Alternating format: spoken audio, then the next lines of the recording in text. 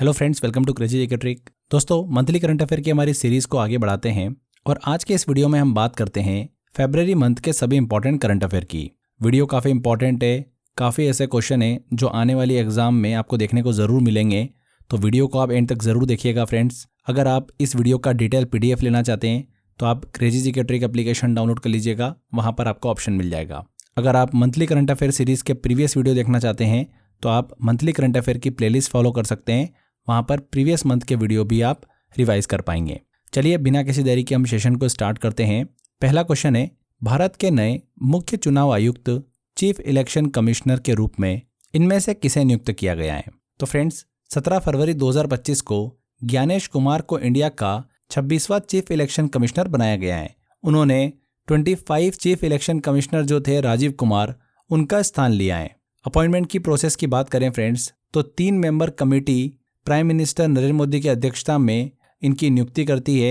19 फरवरी 2025 से आधिकारिक तौर पर ये पद ग्रहण करते हैं। ज्ञानेश कुमार, यहाँ पर फ्रेंड्स सी आंसर बिल्कुल करेक्ट होगा। 1988 बैच के IAS ऑफिसर हैं। ध्यान रखिएगा, भारत के 26वें चीफ इलेक्शन कमिश्नर मुख्य चुनाव आयुक्त कौन बने हैं? ज्ञानेश कुमार बने। नेक्स्ट क्वेश्चन की तरफ चलते हैं। भारत में कितने नए वेटलैंड्स को रामसर साइट का दर्जा दिया गया है? तो हाल ही में भारत में 4 और वेटलैंड्स को अंतर्राष्ट्रीय स्तर पर रामसर साइट का दर्जा मिला है। कितने? 4 और को। सी आंसर सही होगा। यहाँ पर इन चारों को ऐड कर लें तो देश में कुल रामसर साइट की संख्या कितनी हो गई है? 89 हो गई है। नए जोड़े गए रामसर साइट की बात करते हैं कि ये साइट कौन कौन सी है।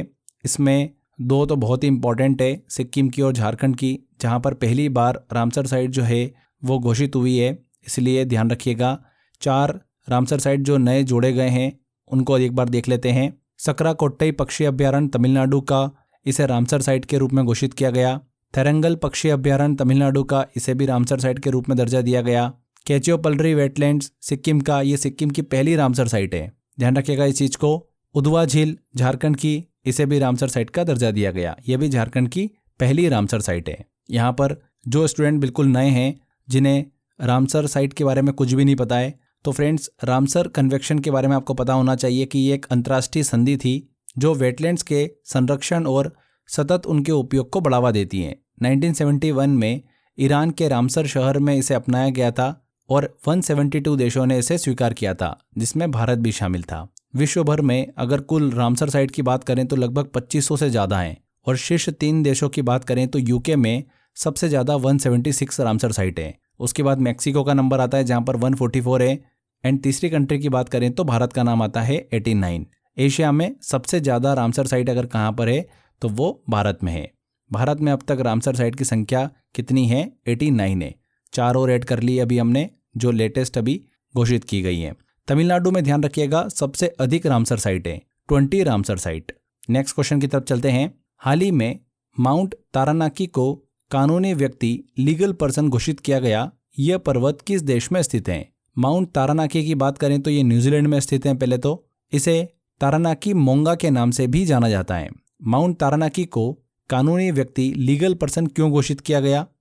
तो ये एक माओरी कम्युनिटी के लिए एक एंसेस्टर मतलब पूर्वज के रूप में पूजनीय है। ये उनकी कल्चर, स्पिरिचुअल आइडेंटिटी मतलब आध्यात्मिक पहचान और ट्रेडिशन से जुड़ा हुआ है। माओरी लोगों की बात करें तो लंबे समय से अपने राइट्स, अपने अधिकारों के लिए लड़ रहे थे ताकि उनकी नेचुरल हेरिटेज, प्राकृतिक धरोहर सुरक्षित रह सके। इस निर्णय से पर्वत को एक्सप्लॉयटेशन और डैमेज से बचाया जा सकेगा। तो हाल ही में माउंट तारानाकी को लीगल पर्सन घोषित किया गया है। पर्वत किस देश में स्थित है? न्यूजीलैंड में स्थित है। B answer. एक्वेरिन 2025 सैन्य अभ्यास किन 2 देशों के बीच आयोजित किया जाता है? फ्रेंड्स, हाल ही में अभी भारत और मालदीव की सेना के बीच में 13वीं संयुक्त सैन्य अभ्यास एक्वेरियन का आयोजन किया गया 2 से 15 फरवरी के बीच में। एक्वेरियन की बात करें तो इसकी शुरुआत कब हुई थी? 2009 में हुई थी। हाल ही में अभी इसके 13वें संस्करण का आयोजन मालदीव में किया गया। इससे पहले इसका 12वां संस्करण भारत के उत्तराखंड में आयोजित हुआ था। ध्यान रखिएगा, एक्वेरियन का संबंध है भारत और मालदीव से। बी आंसर यहाँ पर सही होगा। भारत और उसके पड़ोसी देशों के बीच में अन्य अगर हम इंपॉर्टेंट एक्सरसाइज की बात करें तो इंडिया और बांग्लादेश के बीच में जो एक्सरसाइज होती है उसका नाम है संप्रीति। इंडिया और श्रीलंका के बीच में 2 इंपॉर्टेंट एक्सरसाइज होती है, मित्र शक्ति और स्लिनेक्स। इंडिया और नेपाल के बीच में सूर्य किरण होता है। इंडिया और चाइना की बात करें, हैंड इन हैंड एक्सरसाइज, तो ये कुछ भारत और उसके पड़ोसी देशों के बीच में होने वाली एक्सरसाइज का नाम है जो आपको पता होना चाहिए। आगे बढ़ते हैं। अगला क्वेश्चन वेरी वेरी इंपॉर्टेंट है। किस लेखक को डोंगरी भाषा में साहित्य अकादमी पुरस्कार 2024 से सम्मानित किया गया है? देखिए फ्रेंड्स, चमन अरोड़ा को डोंगरी भाषा में साहित्य अकादमी पुरस्कार 2024 दिया गया है। किसे? चमन अरोड़ा को। ये उन्हें उनकी डोंगरी पुस्तक एक होर अश्वत्थामा के लिए दिया गया है। एक होर अश्वत्थामा डोंगरी भाषा में लिखी हुई लघु कथाओं का संग्रह है।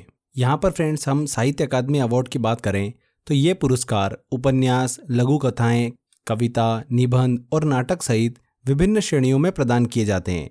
पहली बार 1955 में साहित्य अकादमी अवार्ड प्रदान किए गए थे।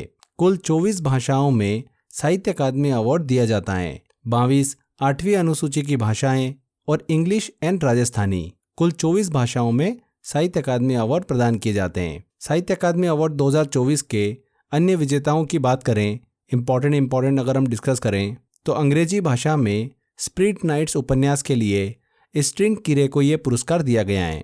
हिंदी भाषा में बात करें तो कविता में जब तक आई बाहर के लिए गगन गिल को ये पुरस्कार दिया गया है। कश्मीरी में बात करें तो साइकेट्रिक वार्ड उपन्यास के लिए सोहन कोल को ये पुरस्कार दिया गया। राजस्थानी भाषा में गांव और अम्मा कविता के लिए मुकुट मणिराज को ये पुरस्कार दिया गया। संस्कृत भाषा में बात करें तो भास्कर चरितम कविता के लिए दीपक कुमार शर्मा को साहित्य अकादमी अवार्ड प्रदान किया गया है। तो ये हमने कुछ इंपॉर्टेंट भाषा में साहित्य अकादमी अवार्ड 2024 के विजेताओं को डिस्कस किया है। चलिए आगे बढ़ते हैं। अगला क्वेश्चन लेते हैं, इंपॉर्टेंट है। दिल्ली की नई मुख्यमंत्री के रूप में किसे नियुक्त किया गया है? तो फ्रेंड्स, हाल ही में दिल्ली में हमको विधानसभा चुनाव देखने को मिले। 5 फरवरी 2025 को इलेक्शन वहां पर कंप्लीट हुआ, जिसका रिजल्ट 8 फरवरी 2025 को हमको देखने को मिला। 70 विधानसभा सीट वाले दिल्ली में बीजेपी ने 48 सीट जीती और आम आदमी पार्टी ने 22 सीट्स अपने नाम करी हैं। बीजेपी की तरफ से रेखा गुप्ता को दिल्ली की चौथी महिला मुख्यमंत्री के रूप में चुना गया है। तो दिल्ली की वर्तमान में मुख्यमंत्री कौन है? रेखा गुप्ता हैं। उनसे पहले दिल्ली में सुषमा स्वराज, शीला दीक्षित और आतिशी मारलेना मुख्यमंत्री रह चुकी हैं। दोस्तों आगे बढ़ें उससे पहले आप सभी के लिए एक ज़रूरी इन्फॉर्मेशन। करंट अफेयर की हमारी बुक जो शंखनाद है, अब आप उसको अपने नज़दीकी बुक स्टोर से ले सकते हैं। ऑफलाइन ये बुक अब अवेलेबल हो चुकी है। आप सभी की काफ़ी डिमांड थी कि सर नियरेस्ट बुक स्टोर पर क्या ये बुक अवेलेबल हो पाएगी, तो अब आप फ्रेंड्स अपने नज़दीकी बुक स्टोर पर जाकर करंट अफेयर बुक शंखनाद को ले सकते हैं। इसकी प्राइसिंग बहुत ही कम रखी गई है, लगभग आपको 120-130 रुपये के आसपास ये बुक अवेलेबल हो जाएगी। तो जिन भी स्टूडेंट को ये बुक लेना है, आप अपने नज़दीक बुक स्टोर पर जाइए, वहाँ से ये बुक ले सकते हैं। अगर वहाँ पर नहीं है, आप उनको बोलेंगे तो वो आपको अवेलेबल करा देंगे। इसी के साथ साथ जिन भी स्टूडेंट को ऑनलाइन ऑर्डर करना है, तो आप इस बुक को फ्लिपकार्ट से भी ऑर्डर कर सकते हैं या फिर क्रेजी जिकेट्रिक एप्लीकेशन पे जाइए, वहाँ पर भी बुक ऑर्डर करने का ऑप्शन आपको दिया गया है। तो एक ज़रूरी इन्फॉर्मेशन थी आप सभी के लिए। चलिए वापस आते हैं हमारे लेक्चर पर। नेक्स्ट क्वेश्चन लेते हैं। करप्शन परसेप्शन इंडेक्स CPI 2024 में भारत की रैंक क्या है? तो हाल ही में corruption perception index CPI 2024 release हुआ है, जिसमें भारत को 96th रैंक प्रदान की गई है। 96 रैंक, सी आंसर सही होगा। यह पिछले वर्ष 2023 के मुकाबले अगर हम बात करें तो 3 रैंक भारत यहाँ पर नीचे खिसक गया है। भारत की 93 रैंक थी 2023 में, जो कि अब कितनी हो गई है? 96 हो गई है। इस इंडेक्स में सबसे लास्ट रैंक साउथ सूडान की है। अगर हम टॉप 3 कंट्रीज़ की बात करें इस इंडेक्स में, तो रैंक 1 पर है डेनमार्क, सेकेंड नंबर पर है फिनलैंड और तीसरे नंबर पर है सिंगापुर। भारत के पड़ोसी देशों की बात करें तो इस रैंकिंग में पाकिस्तान 135 प्लेस पर है, श्रीलंका 121 पर, बांग्लादेश 149 पर और चाइना 76 पोजीशन पर है। CPI इंडेक्स की बात करें तो करप्शन परसेप्शन इंडेक्स एक एनुअल इंडेक्स है, हर साल जारी किया जाता है। NGO ट्रांसपेरेंसी इंटरनेशनल द्वारा 1995 से प्रकाशित किया जाता है। इस सूचकांक में कुल 180 देशों को गवर्नमेंट करप्शन की धारणा के आधार पर रैंक प्रदान की जाती है। स्कोरिंग पैमाना जो होता है वो 0 से लेकर 100 तक का होता है। ध्यान रखिएगा, इंडिया की 2024 में क्या रैंक रही है? 96 रैंक रही है CPI इंडेक्स में। अगला क्वेश्चन लेते हैं। हाल ही में प्रेसिडेंट रूल किस राज्य में लागू किया गया है? तो हाल ही में मणिपुर के CM बीरेन्द्र सिंह ने 9 फरवरी को अपने पद से रिजाइन किया। CM बीरेन्द्र सिंह ने मणिपुर स्टेट असेंबली के बजट सेशन के शुरू होने के एक दिन पहले यह रेजिग्नेशन दिया था। प्रेसिडेंट द्रौपदी मुर्मू ने कॉन्स्टिट्यूशन के आर्टिकल 356 के तहत प्रेसिडेंट रूल लगाया है। इसके बाद मणिपुर विधानसभा को निलंबित कर दिया गया है। ध्यान रखिएगा, मणिपुर में वर्तमान में प्रेसिडेंट रूल है, राष्ट्रपति शासन लगा हुआ है। प्रेसिडेंट रूल को लेकर संवैधानिक प्रावधानों की बात करें तो आर्टिकल 356 क्या कहता है, जब किसी राज्य में संवैधानिक तंत्र विफल हो जाता है तो राष्ट्रपति वहां पर प्रत्यक्ष शासन लागू कर सकते हैं। इसी कड़ी में आर्टिकल 357 क्या बोलता है कि राष्ट्रपति को राज्य के लिए आवश्यक होने पर अध्यादेश लाने की शक्ति होती है। 365 बोलता है कि यदि कोई राज्य केंद्र सरकार के निर्देशों का पालन नहीं करता है तो इसे संविधान के तहत काम करने में अक्षम माना जा सकता है। तो ये 3 इंपॉर्टेंट आर्टिकल है इससे संबंधित जो एग्जाम में आपसे पूछे जा सकते हैं। यहाँ पर फ्रेंड्स ध्यान रखिएगा, राष्ट्रपति द्वारा घोषित जो प्रेसिडेंट रूल है उसको संसद से 2 महीने के अंदर मंजूरी लेनी होती है। प्रारंभिक अवधि 6 महीने की होती है, अधिकतम अवधि 3 साल की होती है। हर 6 महीने पर संसद की मंजूरी आवश्यक होती है। चलिए आगे बढ़ते हैं। उत्तराखंड में संपन्न 38वें राष्ट्रीय खेल 2025 में पदक तालिका में पहले स्थान पर कौन सा राज्य रहा है? तो फ्रेंड्स 38 नेशनल गेम्स 2025 में सर्विसेज ने पहला स्थान हासिल किया है। मेडल टैली में सर्विसेज जो है, सर्विसेज स्पोर्ट्स कंट्रोल बोर्ड, वो 68 gold medal, 26 silver, 27 bronze, total 121 medal के साथ में पहले स्थान पर रहा है। कौन? सर्विसेज। सी आंसर सही होगा। 38वें नेशनल गेम का आयोजन कहां पर किया गया था? उत्तराखंड में किया गया था। 14 फरवरी को इसका समापन हुआ। ध्यान रखिएगा, 28 जनवरी से 14 फरवरी तक इसका आयोजन किया गया। लगभग 10,000 से ज़्यादा एथलीट ने इसमें पार्टिसिपेट किया था। 35 से ज़्यादा गेम इसमें आयोजित किए गए।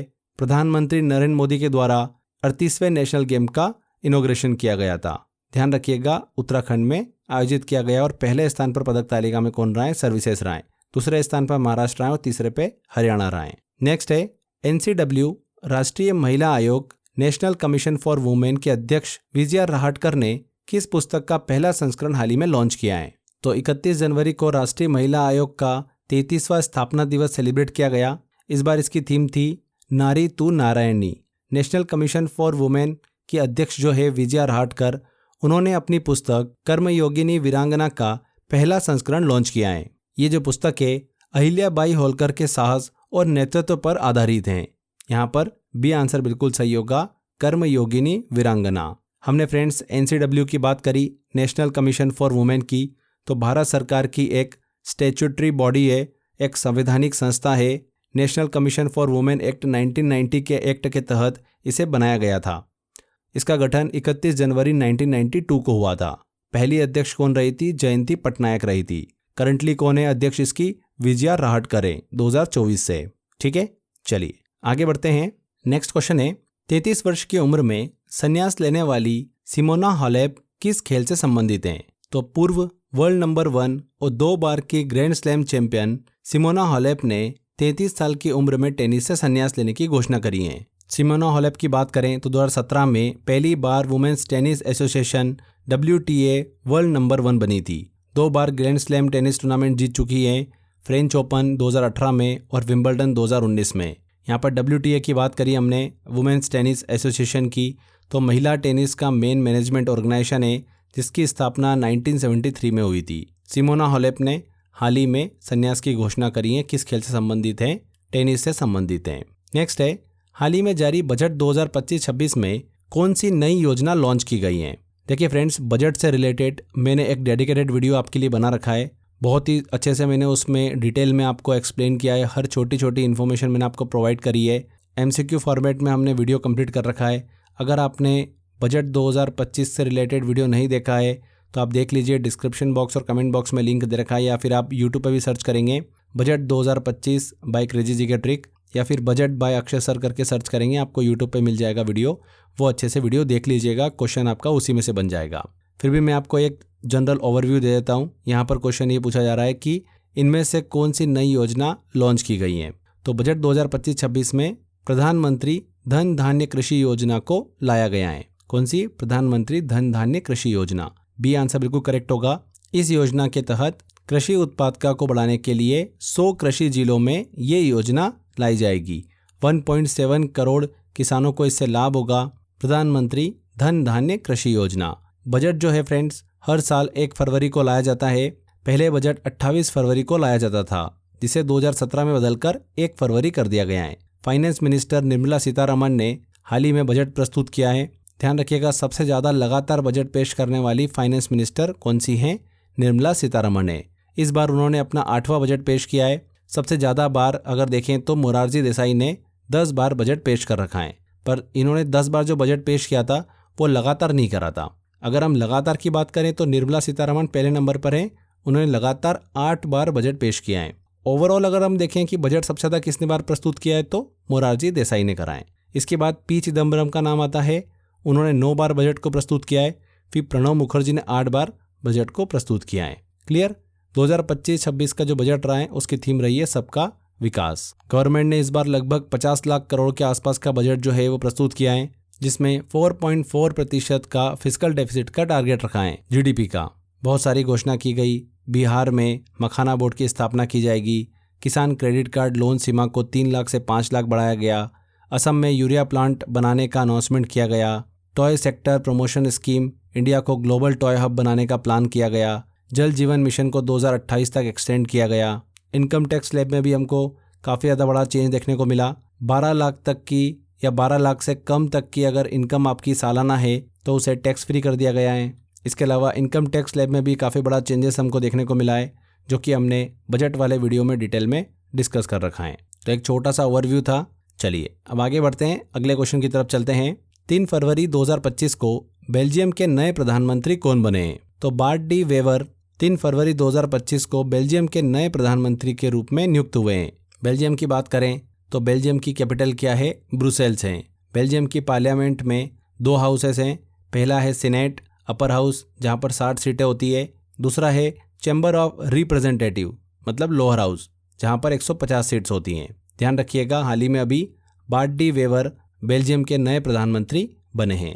अगला क्वेश्चन आता है, भारत का पहला व्हाइट टाइगर ब्रीडिंग सेंटर किस राज्य में मंजूर किया गया है? तो फ्रेंड, सेंट्रल जू अथॉरिटी ने इंडिया के पहले व्हाइट टाइगर ब्रीडिंग सेंटर को मध्य प्रदेश के रीवा जिले में मंजूरी दी है। इस परियोजना का उद्देश्य क्या है? बायोडाइवर्सिटी को कंजर्व करना, इसी के साथ साथ वाइल्ड लाइफ टूरिज्म को बढ़ावा देना और स्थानीय लोगों के लिए रोजगार के अवसर पैदा करना। ये गोविंदगढ़ रीवा मध्य प्रदेश में स्थापित किया जाएगा। देखिए, मुकुंदपुर व्हाइट टाइगर सफारी जो कि गोविंदगढ़ से 10 किलोमीटर दूर स्थित है, इसे भी व्हाइट टाइगर टूरिज्म सेंटर के रूप में विकसित किया जाएगा।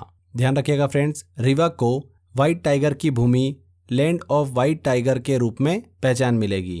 यहाँ पर एक चीज़ और दिमाग में रखना है, सबसे ज़्यादा टाइगर वाले स्टेट की बात करें तो पहले नंबर पर आता है मध्य प्रदेश, जहाँ पर 785 टाइगर हैं। कर्नाटका की बात करें तो 563 है और उत्तराखंड तीसरे नंबर पर आता है, जहाँ पर 560 टाइगर हैं। यहाँ पर क्वेश्चन में पूछ रहे हैं, भारत का पहला व्हाइट टाइगर ब्रीडिंग सेंटर किस राज्य में मंजूर किया गया है? किस राज्य में मंजूर किया गया है फ्रेंड्स? मध्य प्रदेश में। C answer. नेक्स्ट क्वेश्चन लेते हैं, विश्व आर्द्र भूमि दिवस वर्ल्ड वेटलैंड्स डे हर साल किस तारीख को मनाया जाता है? तो विश्व आर्द्र भूमि दिवस वर्ल्ड वेटलैंड्स डे हर साल 2 फरवरी को सेलिब्रेट किया जाता है। इस दिन को वेटलैंड्स के महत्व को समझाना और उनके संरक्षण के लिए जागरूकता बढ़ाने के लिए सेलिब्रेट किया जाता है। 2025 की इस बार की थीम क्या थी?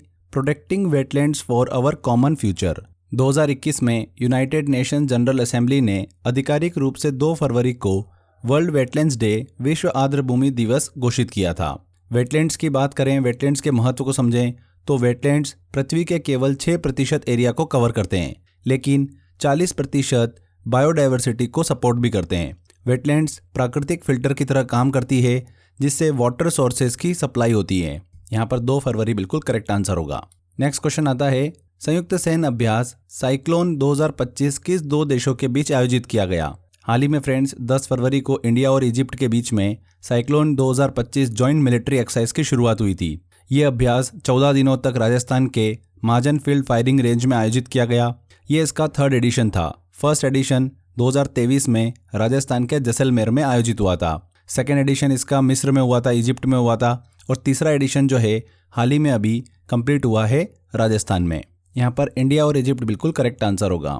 आगे बढ़ते हैं, आईसीसी चैंपियंस ट्रॉफी 2025 का एम्बेसडर किस भारतीय खिलाड़ी को बनाया गया? तो हाल ही में Shikhar Dhawan ICC champions trophy 2025 के एम्बेसडर घोषित किए गए थे। इस प्रतिष्ठित टूर्नामेंट के लिए शिखर धवन को 4 ऑफिशियल इवेंट एम्बेसडर के रूप में चुना गया है। इनके अलावा पाकिस्तान से सरफराज अहमद, ऑस्ट्रेलिया से शेन वॉटसन एंड न्यूजीलैंड से टीम सऊदी को भी चुना गया।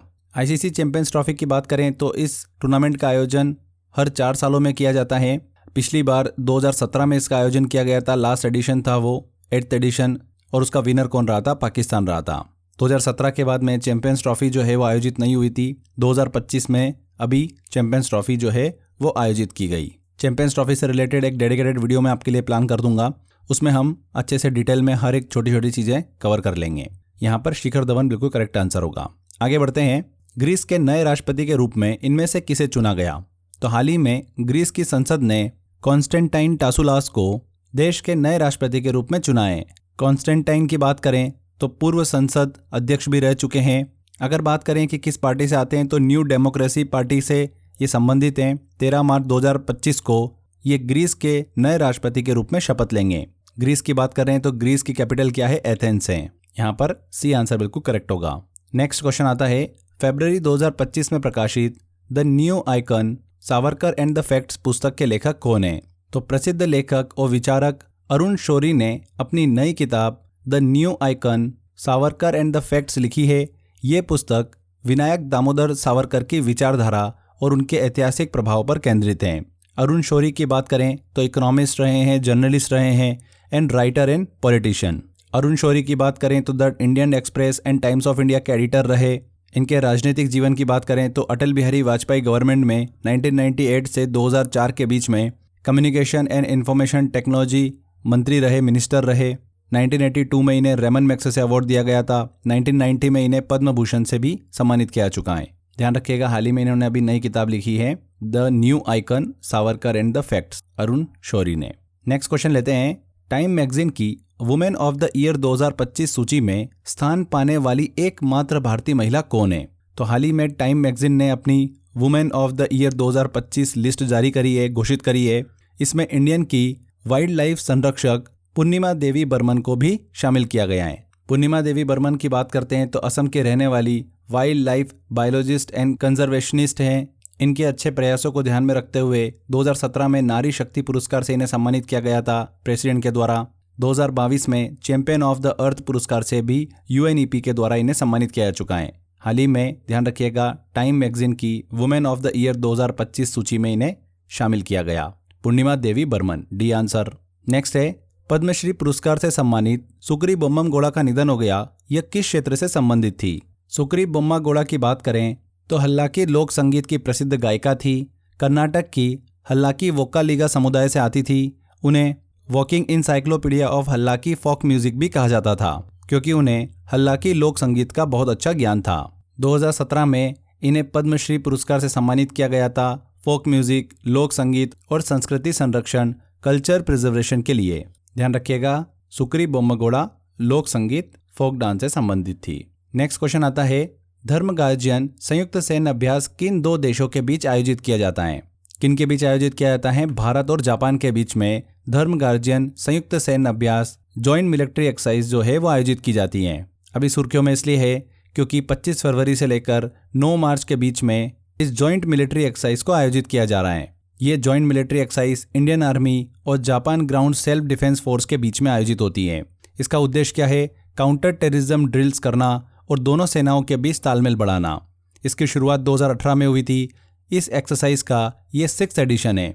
5th एडिशन इसका 2024 में राजस्थान में आयोजित हुआ था। ध्यान रखिएगा, धर्म गार्जियन भारत और जापान के बीच। नेक्स्ट क्वेश्चन आता है, बाफ्टा फिल्म अवार्ड 2025 में सर्वश्रेष्ठ फिल्म बेस्ट फिल्म का पुरस्कार किसने जीता है? तो फ्रेंड्स, हाल ही में अभी बाफ्टा, जिसका फुल फॉर्म होता है ब्रिटिश एकेडमी फिल्म अवार्ड्स 2025 जारी किए गए, जिसमें द कॉन्क्लेव ने बेस्ट फिल्म का अवार्ड अपने नाम किया है। किसने? कॉन्क्लेव ने। बी आंसर यहाँ पर बिल्कुल सही होगा। बाफ्टा फिल्म अवार्ड 2025 का आयोजन लंदन में किया गया, रॉयल फेस्टिवल हॉल में। द ब्रूटलिस्ट एंड कॉन्क्लेव ने सबसे ज़्यादा 4 अवार्ड अपने नाम किए हैं। इंडिया की film all we imagine as light, जो कि best non English film category में नॉमिनेट हुई थी, पर यह अवार्ड नहीं जीत पाई। ये अवार्ड एमिलिया परेज, जो कि फ्रेंच की फिल्म है, उसने अपने नाम किया है। जल्दी से एक बार इंपॉर्टेंट जो विनर हैं उनको डिस्कस कर लेते हैं हम।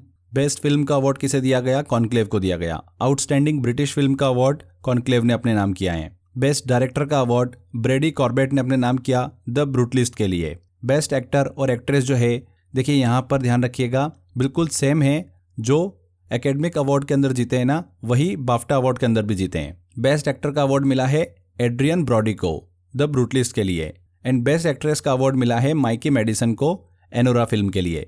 फ्रेंड्स, मैंने एकेडमिक अवार्ड से रिलेटेड एक डेडिकेटेड वीडियो बना रखा है। ऑस्कर अवार्ड से रिलेटेड, ऑस्कर अवार्ड वाली जो घोषणा हुई है वो मार्च महीने में हुई है, तो हम उस मंथ में करंट अफेयर में उसे कवर करेंगे। बट अगर आप देखना चाहते हैं वीडियो, तो डेडिकेटेड वीडियो मैंने बना रखा है, ट्रिक वाला वीडियो है, जिसमें ट्रिक की हेल्प से हमने याद किया है, तो आप वो वीडियो ज़रूर देख लीजिएगा। ऑस्कर से एग्जाम के अंदर क्वेश्चन पूछे जाते हैं, एक ही बार बस आपको वो वीडियो देखना है एग्जाम में जाने से पहले। इसके बाद में मोस्ट अवार्ड की बात करें तो हमने डिस्कस कर लिया है कि द ब्रूटलिस्ट और कॉन्क्लेव ने 4 अवार्ड अपने नाम किए हैं। तो ये बाफ्टा अवार्ड से रिलेटेड कंप्लीट इन्फॉर्मेशन 2025 में जो भी विनर रहे हैं वो हमने डिस्कस कर लिया है। पहली बार बाफ्टा अवार्ड कब दिए गए थे? 29 मई 1949 को। चलिए आगे बढ़ते हैं। भारतीय प्रतिभूति और विनिमय बोर्ड सेबी के 11वें चेयरपर्सन के रूप में किसे नियुक्त किया गया है? तो securities and exchange board of India SEBI के 11वें चेयरपर्सन के रूप में किसे नियुक्त किया गया है? तुहिन कांत पांडे को। इनका 3 साल का एक कार्यकाल होगा। माधवीपुरी बूच का स्थान लेंगे ये। सेबी की बात करें तो भारत में सिक्योरिटी और शेयर मार्केट को रेगुलेट करती है, एक रेगुलेटर है। स्टेब्लिश हुआ था ये 1988 में। सेबी एक्ट 1992 के तहत स्टैट्यूटरी स्टेटस इसे दिया गया था। इसका हेडक्वार्टर कहाँ पर है? मुंबई में है, और मिनिस्ट्री ऑफ फाइनेंस के अंतर्गत आती है। यहाँ पर तुहिन कांत पांडे बिल्कुल करेक्ट आंसर होगा। नेक्स्ट है, राष्ट्रीय विज्ञान दिवस 2025 की थीम क्या रखी गई? तो फ्रेंड्स, हर साल 28 फरवरी को नेशनल साइंस डे सेलिब्रेट किया जाता है। इसी दिन 28 फरवरी 1928 को डॉक्टर सीवी रमन ने रमन इफेक्ट की खोज की थी।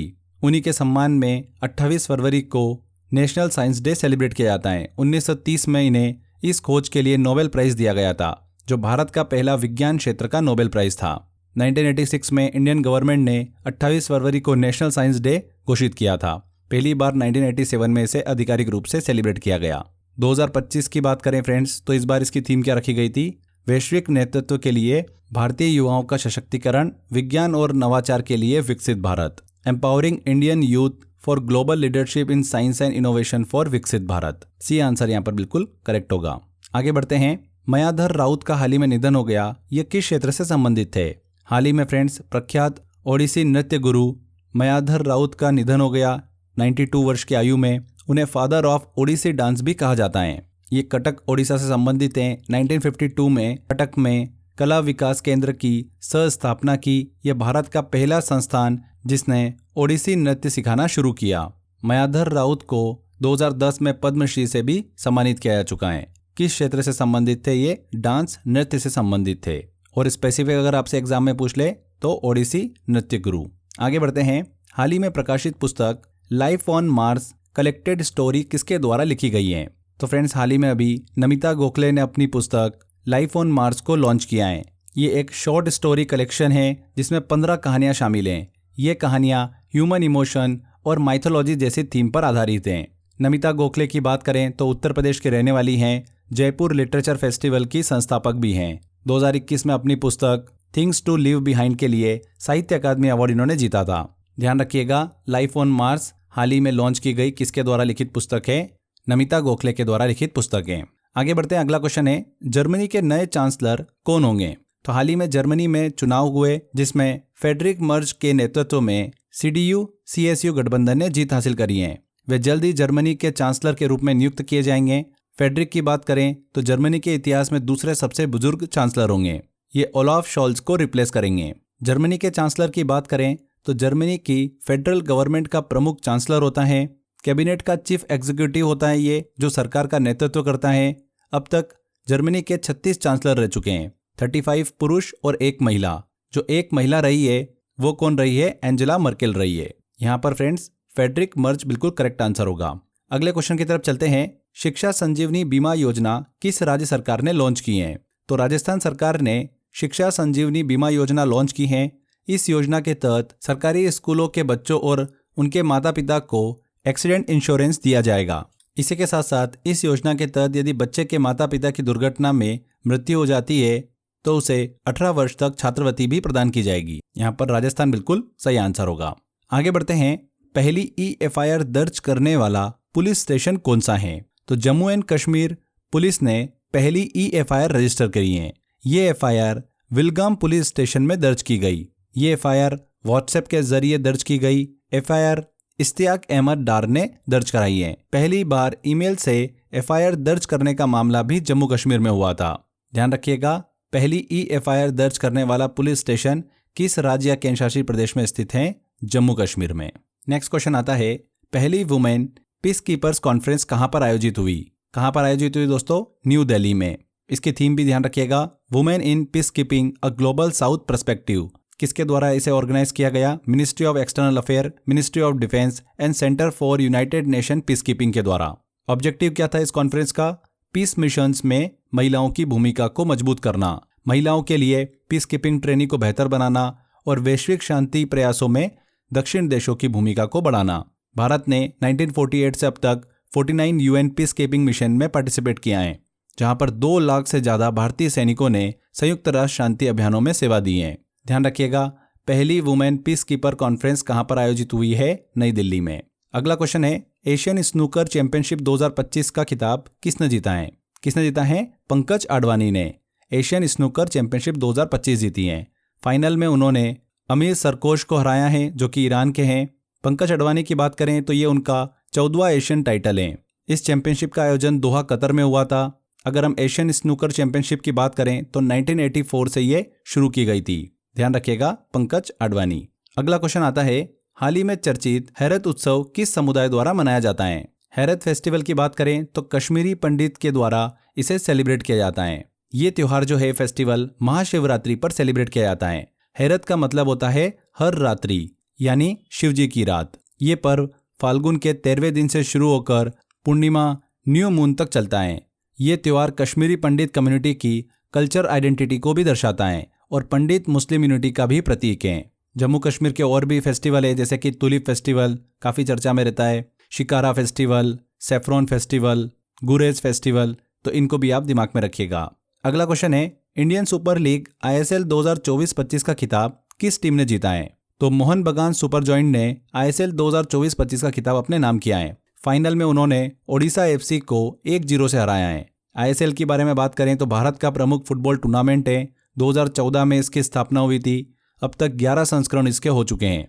2024-25 के विजेता कौन रहे हैं? मोहन बगान सुपर जॉइंट। सबसे ज़्यादा खिताब जीतने वाली टीम की बात करें ISL खिताब, तो ATK FC ने 3 टाइटल जीत रखे हैं। ध्यान रखिएगा, यहाँ पर करेक्ट आंसर होगा मोहन बगान सुपर जॉइंट। अगला क्वेश्चन है, अंतरिक्ष में सबसे ज़्यादा स्पेस वॉक करने का नया विश्व रिकॉर्ड किस महिला के नाम है?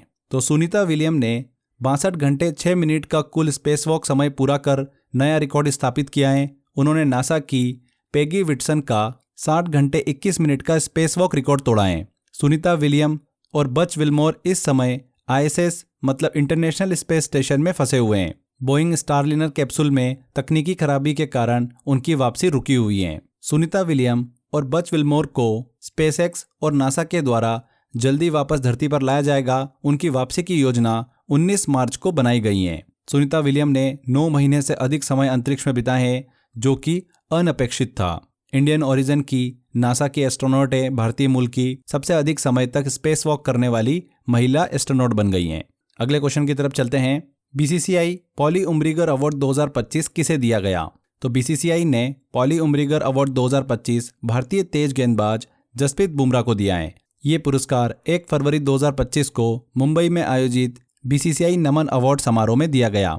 BCCI नमन अवार्ड्स की बात करें तो BCCI हर साल क्रिकेट के सभी फॉर्मेट में खिलाड़ियों को सम्मानित करने के लिए नमन अवार्ड आयोजित करता है। इसकी शुरुआत 2006 में हुई थी। ध्यान रखिएगा, सर्वश्रेष्ठ अंतर्राष्ट्रीय पुरुष क्रिकेटर पॉली उम्रीगर अवार्ड जसप्रीत बुमराह को दिया गया। इसके अलावा सर्वश्रेष्ठ अंतर्राष्ट्रीय महिला क्रिकेटर का अवार्ड स्मृति मंधाना को दिया गया। BCCI special award Ravichandra Ashwin को दिया गया। इसके अलावा CK Naidu lifetime achievement award जो है वो सचिन तेंदुलकर को दिया गया। ये क्रिकेट में आजीवन योगदान के लिए दिया जाता है। यहाँ पर जसप्रीत बुमराह बिल्कुल करेक्ट आंसर होगा। आगे बढ़ते हैं। ICC महिला अंडर 19 T20 वर्ल्ड कप 2025 का खिताब किस देश ने जीता है? तो फ्रेंड्स, भारत ने ICC women's under 19 T20 cricket world cup का खिताब अपने नाम किया है। किसने? इंडिया ने। भारत ने फाइनल में दक्षिण अफ्रीका को 9 विकेट से हराकर लगातार दूसरी बार ये ट्रॉफी अपने नाम करी है। इस पूरे टूर्नामेंट में भारत एक भी मैच नहीं हारा है। ये इसका इस बार सेकेंड एडिशन था। फर्स्ट एडिशन 2023 में हुआ था साउथ अफ्रीका में। वहां पर भी विनर भारत रहा था और रनर अप रही थी इंग्लैंड। यहाँ पर विनर भारत रहा है सेकेंड एडिशन में, जो कि मलेशिया में आयोजित हुआ। लगातार दूसरी बार भारत ने यह ट्रॉफी अपने नाम करी। रनर अप जो रहा वो कौन रहा? साउथ अफ्रीका रहा। इसका तीसरा एडिशन जो है वो 2027 में आयोजित होगा। बांग्लादेश और नेपाल मिलकर आयोजित करेंगे। नेक्स्ट क्वेश्चन लेते हैं। केरल के पश्चिमी घाट में खोजी गई एलेटारिया फेसिफेरा और एलेटारिया ट्यूलिपिफेरा किसकी नई किस्में हैं? अच्छा क्वेश्चन है काफ़ी। वैज्ञानिकों ने हरी इलायची की 2 नई प्रजातियां हाल ही में खोजी है, एलेटारिया फेसिफेरा और एलेटारिया ट्यूलिपिफेरा। पहले ग्रीन कार्डेमम मतलब हरी इलायची की सिर्फ एक ही प्रजाति मानी जाती थी। अब वैज्ञानिकों को 6 नई प्रजातियां मिली हैं, जिनमें से फेसिफेरा और ट्यूलिपिफेरा पश्चिमी घाट में पाई गई हैं। ग्रीन कार्डेमम हरी इलायची की बात करें तो मसालों की रानी इसे कहा जाता है, क्वीन ऑफ स्पाइसेस। ये दुनिया का तीसरा सबसे महंगा मसाला है। इसका उपयोग मेडिसिन और खाने दोनों में देखने को मिलता है। केरल की जलवायु, केरल का जो क्लाइमेट है, इलायची उत्पादन के लिए उपयुक्त माना जाता है। ठीक है, तो यहाँ पर हरी इलायची बिल्कुल सही आंसर होगा। अगला क्वेश्चन है, हाल ही में किस ऐतिहासिक किले का नाम बदलकर विजय दुर्ग कर दिया गया है? तो भारतीय सेना ने फोर्ट विलियम का नाम बदलकर विजय दुर्ग कर दिया है। यह कोलकाता में स्थित है और ईस्टर्न कमांड हेडक्वार्टर का हिस्सा है। फोर्ट विलियम की बात करें तो 1781 में ब्रिटिश ईस्ट इंडिया कंपनी द्वारा इसे बनाया गया था। इसका नाम इंग्लैंड के राजा विलियम तृतीय के सम्मान में रखा गया था। ब्रिटिश इंडिया के प्रमुख सैन्य ठिकानों में से यह एक था। स्वतंत्रता के बाद यह भारतीय सेना इंडियन आर्मी के ईस्टर्न कमांड का मुख्यालय बन गया। विजय दुर्ग इसका नाम क्यों चुना गया? ये नाम महाराष्ट्र के विजय दुर्ग फोर्ट से प्रेरित है। विजय दुर्ग फोर्ट मराठा नौसेना का प्रमुख केंद्र था। छत्रपति शिवाजी महाराज के शासनकाल में यह मेरीटाइम सिक्योरिटी का अनब्रेकेबल सेंटर था। ध्यान रखिएगा, यहाँ पर फोर्ट विलियम करेक्ट आंसर होगा। अगला क्वेश्चन आता है, WHO ने पहली बार इबोला वैक्सीन का ट्रायल किस देश में शुरू किया है? तो वर्ल्ड हेल्थ ऑर्गेनाइजेशन ने युगांडा में पहली बार इबोला वैक्सीन का ट्रायल शुरू किया है। अगर यह ट्रायल सफल होता है तो भविष्य में इबोला के प्रकोप को नियंत्रण करने में मदद मिलेगी।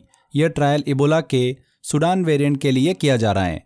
इबोला वायरस की बात करें तो 1976 में पहली बार Democratic Republic of the Congo में ये पाया गया था। इबोला रिवर के नाम पर इसका नाम रखा गया क्योंकि पहला केस वहां पर रिपोर्ट किया गया था। इसमें इन्फेक्टेड पर्सन के खून, लार, पसीने और अदर बॉडली फ्लूइड्स के संपर्क में आने से फैलता है। ये वायरस इंसान से इंसान में ट्रांसमिट होता है। बात करते हैं कि ये वायरस इतना खतरनाक क्यों है? क्योंकि इसकी मृत्यु दर जो है वो लगभग 50% है।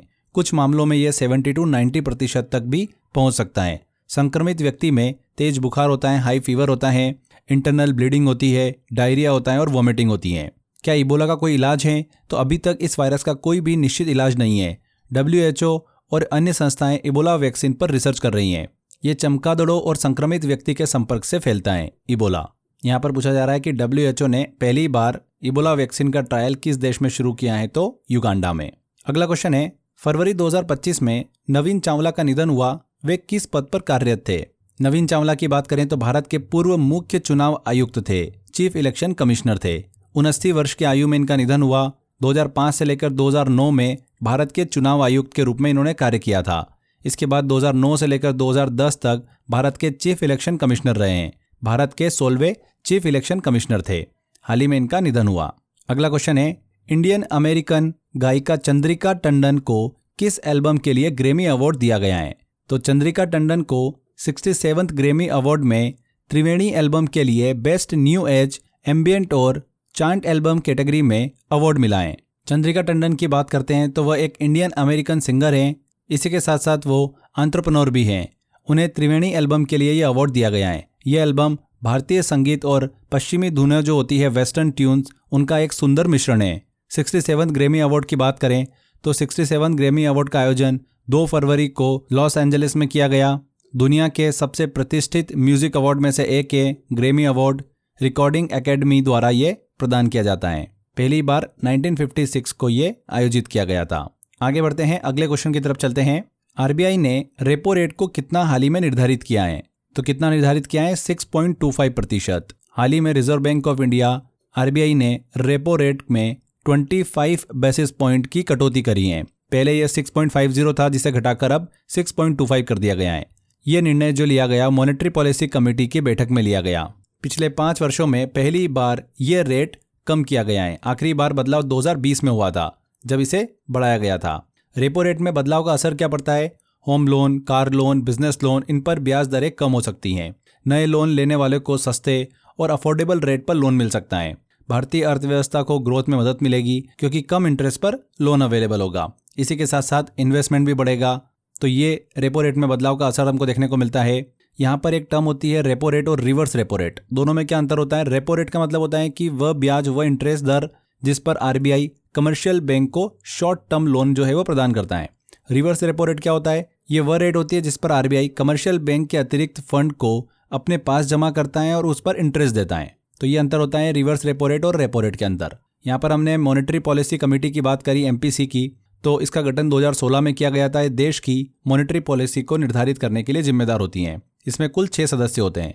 RBI governor, RBI deputy governor, RBI board द्वारा नामित एक अधिकारी और भारत सरकार द्वारा नियुक्त 3 सदस्य। ध्यान रखिएगा, रेपो रेट अब कितना है? वर्तमान में 6.25% है। एग्जाम में ऐसे क्वेश्चन पूछ लेते हैं। नेक्स्ट क्वेश्चन है, हाल ही में भारत को वर्ल्ड मोबाइल मैन्युफैक्चरिंग में कौन सा स्थान मिला है? तो फ्रेंड्स, भारत अब दुनिया का दूसरा सबसे बड़ा मोबाइल मैन्युफैक्चरिंग देश बन गया है। Ministry of electronic and IT के अनुसार भारत ने इस क्षेत्र में चीन के बाद दूसरा स्थान प्राप्त किया है।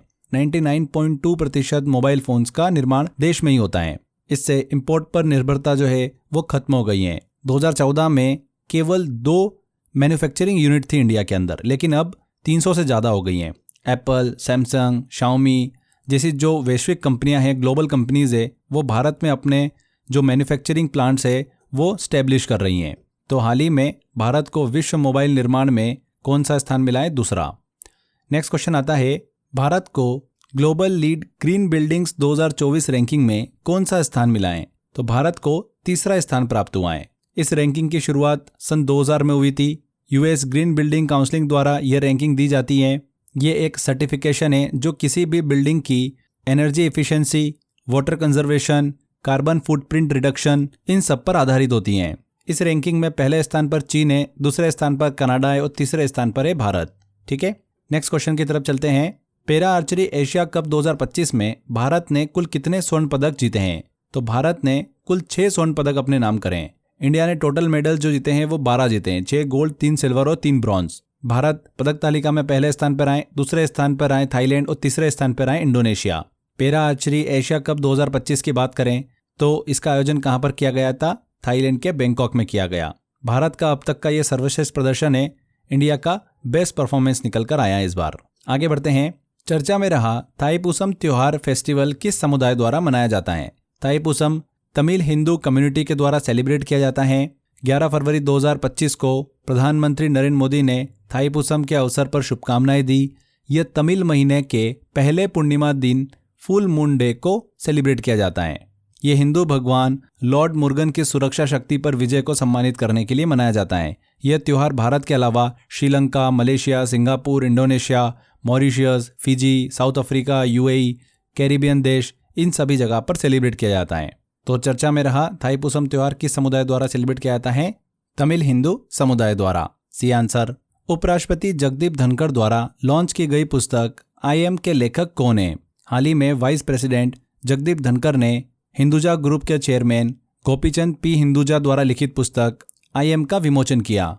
ये जो बुक है स्पिरिचुअलिटी एंड यूनिटी पर आधारित है और रिलीजियस टॉलरेंस की बात करती हैं। इसके ऑथर कौन है? गोपीचंद हिंदुजा, हिंदुजा ग्रुप के चेयरमैन। नेक्स्ट क्वेश्चन है, इनकम टैक्स बिल 2025 किस पुराने एक्ट को प्रतिस्थापित करेगा? हाल ही में फाइनेंस मिनिस्टर निर्मला सीतारमण ने लोकसभा में इनकम टैक्स बिल 2025 पेश किया। यह विधेयक इनकम टैक्स एक्ट 1961 को रिप्लेस करता है। विधेयक के तहत आयकर प्रावधानों को सरल बनाया जाएगा, नई शब्दावली अपनाई जाएगी और कर कानूनों को अधिक ट्रांसपेरेंट बनाया जाएगा। यहाँ पर हमको जो मेजर बदलाव देखने को मिलते हैं, जैसे कि असेसमेंट ईयर और प्रीवियस ईयर को बदलकर टैक्स ईयर किया गया है। इनकम टैक्स एक्ट 1961 में कुल 298 धाराएं थी, जबकि नए विधेयक में इनकी संख्या 536 कर दी गई है। शेड्यूल की संख्या 14 से बढ़ाकर 16 कर दी गई है। वर्चुअल डिजिटल एसेट की स्पष्ट परिभाषा दी गई है। Central board of direct taxes CBDT को कर प्रशासन से जुड़े नियमों को लागू करने की एडिशनल पावर दी गई है। डिजिटल निगरानी प्रणाली जो है, डिजिटल मॉनिटरिंग सिस्टम, उसको लागू किया जाएगा, जिससे कर चोरी पर बेहतर नियंत्रण होगा। नए इनकम टैक्स बिल के थ्रू कई हमको बदलाव जो है चेंजेस देखने को मिल रहे हैं। किस एक्ट को प्रतिस्थापित करता है ये? इनकम टैक्स एक्ट 1961 को।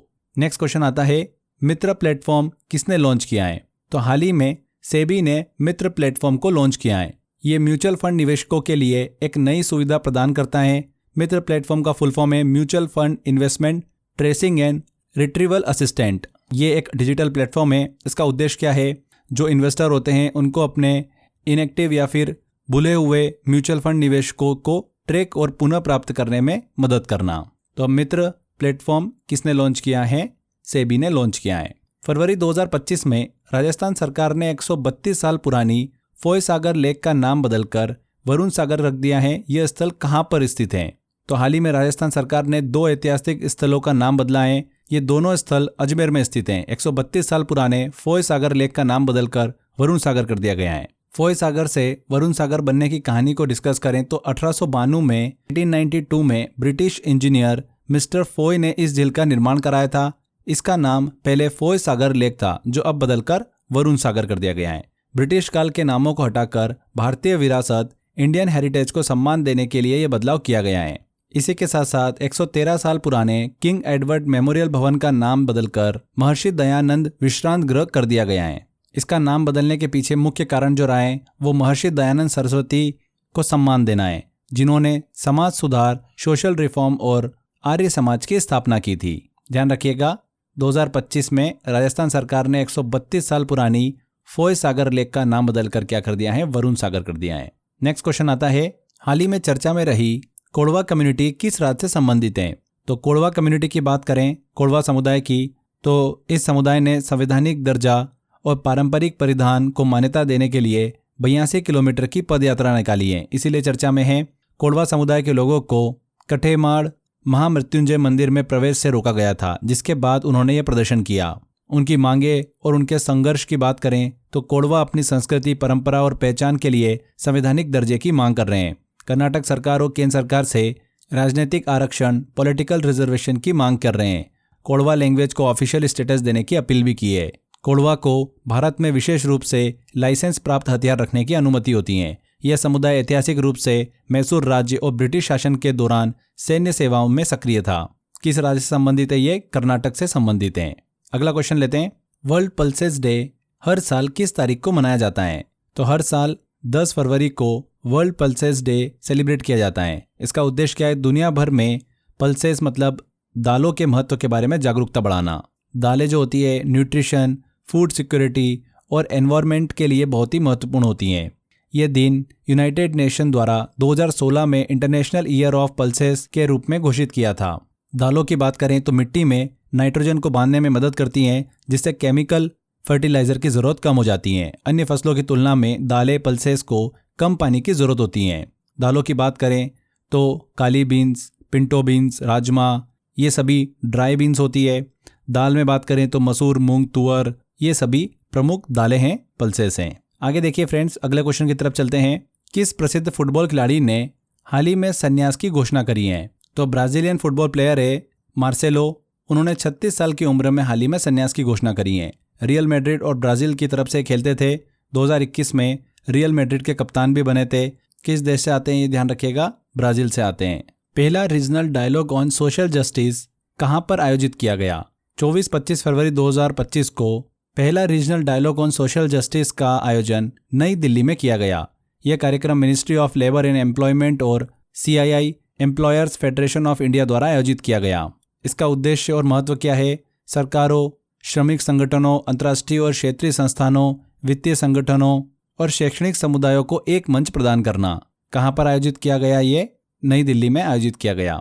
ICC द्वारा भ्रष्टाचार के कारण प्रतिबंधित की जाने वाली पहली महिला क्रिकेटर कौन बनी है?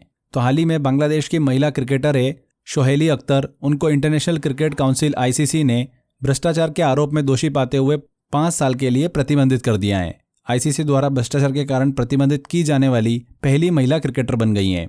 सोहेली अख्तर बांग्लादेश की क्रिकेटर हैं। 2023 में T20 वर्ल्ड कप जो हुआ था उसके दौरान मैच फिक्सिंग की इन्होंने कोशिश करी थी, उसके चलते इन्हें 5 साल के लिए प्रतिबंधित कर दिया है। आगे बढ़ते हैं। नेक्स्ट क्वेश्चन आता है, BBC Indian sport women of the year 2024 का खिताब किसने जीता है? किसने जीता है फ्रेंड्स? हाल ही में मनु भाकर को BBC Indian sport women of the year 2024 का अवार्ड दिया गया है। पेरिस 2024 ओलंपिक में मनु भाकर ने women's 10 metre air pistol event में ब्रॉन्ज मेडल अपने नाम किया था और mixed 10 metre air pistol event में सरबजोत सिंह के साथ में इंडिया को दूसरा ब्रॉन्ज मेडल भी दिलाया था। BBC Indian sports women of the year award की बात करें तो इसकी शुरुआत 2019 में हुई थी। यह अवार्ड BBC द्वारा इंडियन फीमेल एथलीट को रिकॉग्नाइज मतलब मान्यता देने के लिए दिया जाता है। हाल ही में 5वीं बार यह अवार्ड दिया गया है। पहला संस्करण जो हुआ था इसका 2020 में, तब यह अवार्ड PV सिंधु को दिया गया था।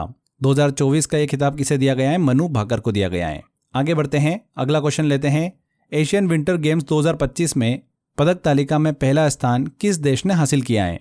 किसने हासिल किया है? चाइना ने। हाल ही में एशियन विंटर गेम 2025 का समापन हुआ। इसमें चाइना ने मेडल टैली में पहला स्थान प्राप्त किया है। भारत ने इस प्रतियोगिता में कोई भी मेडल नहीं जीता है। भारत से 59 एथलीट ने इस विंटर गेम में पार्टिसिपेट किया था, पर एक भी पदक जो है वो हाथ नहीं लगा। इस एशियन विंटर गेम की बात करें तो इसका आयोजन कहाँ पर हुआ था?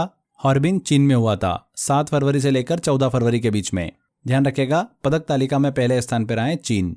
नेक्स्ट है, हाल ही में भारत ने डिजिटल पायलट लाइसेंस EPL जारी किए हैं। भारत ये पहल करने वाला विश्व में कौन सा देश बना है? तो हाल ही में इंडिया ने डिजिटल पायलट लाइसेंस जारी करें, ऐसा करने वाला चीन के बाद भारत दूसरा देश बन गया है। इस पहल को सिविल एविएशन मिनिस्टर के राम मोहन नायडू ने लॉन्च किया। इससे पहले DGCA directorate general of civil aviation के द्वारा पायलट को फिजिकल लाइसेंस प्रदान किया जाता था और इस लाइसेंस को हर जगह ले जाना अनिवार्य था।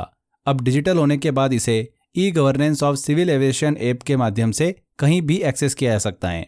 EPL के फायदों की बात करें तो लाइसेंस प्रोसेस को व्यवस्थित करना इसका उद्देश्य है। एविएशन सेक्टर में इफिशिएंसी बढ़ाना, सेफ्टी सिक्योरिटी को इम्प्रूव करना, एविएशन इंडस्ट्री में डिजिटल ट्रांसफॉर्मेशन को बढ़ावा देना है। तो भारत ने डिजिटल पायलट लाइसेंस EPL जारी किए। भारत ये पहल करने वाला विश्व का कौन सा देश बना है? दूसरा देश बना है। नेक्स्ट क्वेश्चन आता है, हाल ही में कौन से राज्य ने एन प्राउड पहल लॉन्च की है? तो केरला सरकार ने एन प्राउड इनिशिएटिव को लॉन्च किया। इस इनिशिएटिव का एम क्या है? अनयूज्ड ड्रग्स को सुरक्षित डिस्पोज करना। इसकी शुरुआत जो होगी वो कोझिकोड में पायलट प्रोजेक्ट के रूप में की जाएगी। गलत तरीके से की गई ड्रग डिस्पोजल से होने वाले एनवायरमेंटल और हेल्थ हैजर्ड्स को इससे रोका जाएगा। तो कौन से राज्य में एन प्राउड पहल को लॉन्च किया गया है? केरल में। इसका फुल फॉर्म ध्यान रखिएगा, new programme for removal of unused drug. अगला क्वेश्चन लेते हैं, चर्चा में रहा माउंट डुकोनो ज्वालामुखी कहाँ पर स्थित है? हाल ही में माउंट डुकोनो ज्वालामुखी में विस्फोट देखने को मिला। ये इंडोनेशिया में स्थित है। रिंग ऑफ फायर क्षेत्र में आता है ये, जहां पर 120 से अधिक एक्टिव वोल्केनोज हमको देखने को मिलते हैं।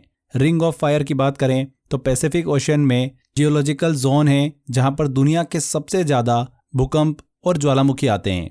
कहाँ पर स्थित है? माउंट डुकोनो इंडोनेशिया में स्थित है। अगला क्वेश्चन आता है, फरवरी 2025 में खजुराहो नृत्य महोत्सव का कौन सा संस्करण आयोजित किया गया?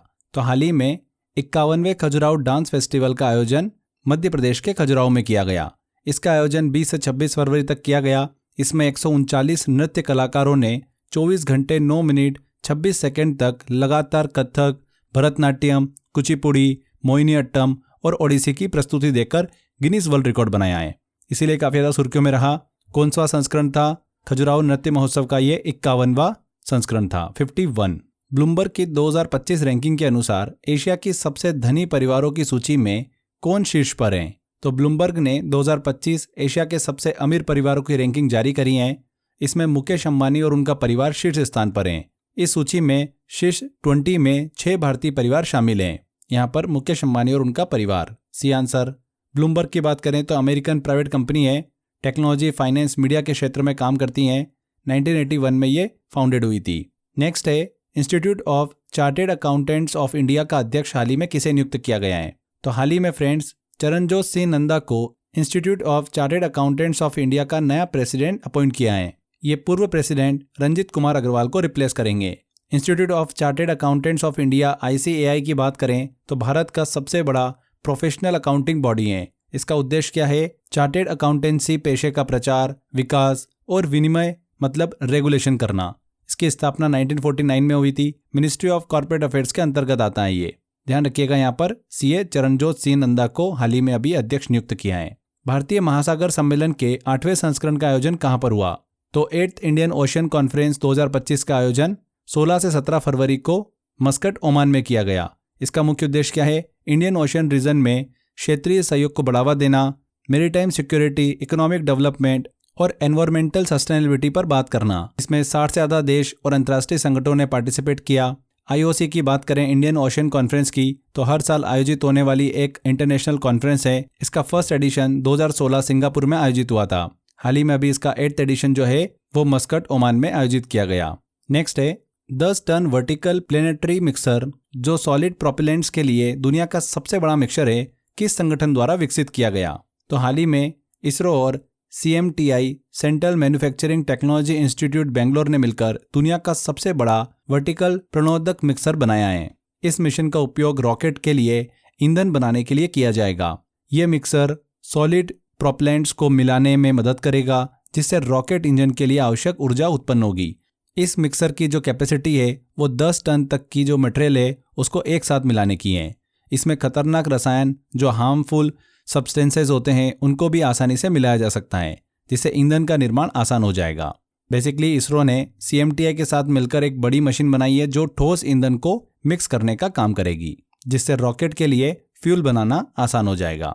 किस संगठन द्वारा इसे विकसित किया गया? इसरो के द्वारा, Indian space research organisation. Next आता है भारत का पहला वर्टिकल बायफेशियल सोलर प्लांट कहां पर लॉन्च किया गया? तो हाल ही में भारत का पहला vertical bifacial solar plant Delhi में लॉन्च किया गया। यह दिल्ली मेट्रो के ब्रिज पर लगाया गया है। इस प्लांट का उद्घाटन ministry for housing and urban affairs and power Mohan Lal के द्वारा किया गया। वर्टिकल बायफेशियल सोलर पैनल की बात करें तो यह सीधे सोलर पैनल होते हैं, वर्टिकल होते हैं, दोनों तरफ से सनलाइट को एब्जॉर्व कर सकते हैं, जिससे ज़्यादा एनर्जी मिलती है। इस प्रकार के पैनल कम जगह में अधिक बिजली उत्पादन कर सकते हैं। इन्हें मुख्य रूप से जो सिटीज़ होती है उनमें ब्रिज, हाईवे, इन स्थानों पर लगाया जा सकता है। आगे बढ़ते हैं। अगला क्वेश्चन आता है 71वीं सीनियर राष्ट्रीय पुरुष कबड्डी चैंपियनशिप का खिताब किसने जीता है? किसने जीता है फ्रेंड्स? सर्विसेज ने। हाल ही में सर्विसेज ने रेलवे को हराकर 71वीं senior national men's kabaddi championship अपने नाम करी है। इस चैंपियनशिप का आयोजन जवाहरलाल नेहरू इंडोर स्टेडियम में किया गया। फाइनल में जो स्कोर रहा वो 30-30 रहा, जिसके बाद टाई ब्रेकर हुआ, उसमें सर्विसेज ने जीत दर्ज की है। तो यहाँ पर सी आंसर बिल्कुल करेक्ट होगा। 2024 में सीनियर राष्ट्रीय पुरुष कबड्डी चैंपियनशिप का विनर कौन था? हरियाणा था। आगे बढ़ते हैं। Ministry of road transport and highways की वार्षिक रिपोर्ट 2024-25 के अनुसार सड़क नेटवर्क के मामले में भारत दुनिया में किस स्थान पर है? तो हाल ही में अभी ministry of road transport and highways के द्वारा एनुअल रिपोर्ट 2024-25 जारी की गई। इसमें बताया गया है कि भारत का सड़क नेटवर्क दुनिया में दूसरा सबसे बड़ा सड़क नेटवर्क है। पहले नंबर पर कौन है? US है। दूसरे नंबर पर कौन है? इंडिया है। भारत का कुल सड़क नेटवर्क 63 लाख किलोमीटर का हो चुका है। नेशनल हाईवे की लंबाई की बात करें तो 2014 में 91,000 किलोमीटर के आसपास थी, जो 2024 में 1.46 लाख किलोमीटर के आसपास हो गई है। नेशनल हाईवे निर्माण की दर 2.8 गुना हुई है। 2014-15 में 12 किलोमीटर पर डे थी, जो 2023-24 में 33 किलोमीटर पर डे हो गई है। देश में वर्तमान में नेशनल हाईवे की लेंथ कितनी है? लगभग आप मान के चलिए 1,46,000 किलोमीटर। नेशनल हाईवे का निर्माण कौन करता है भारत में? NHAI करती है, national highway authority of India.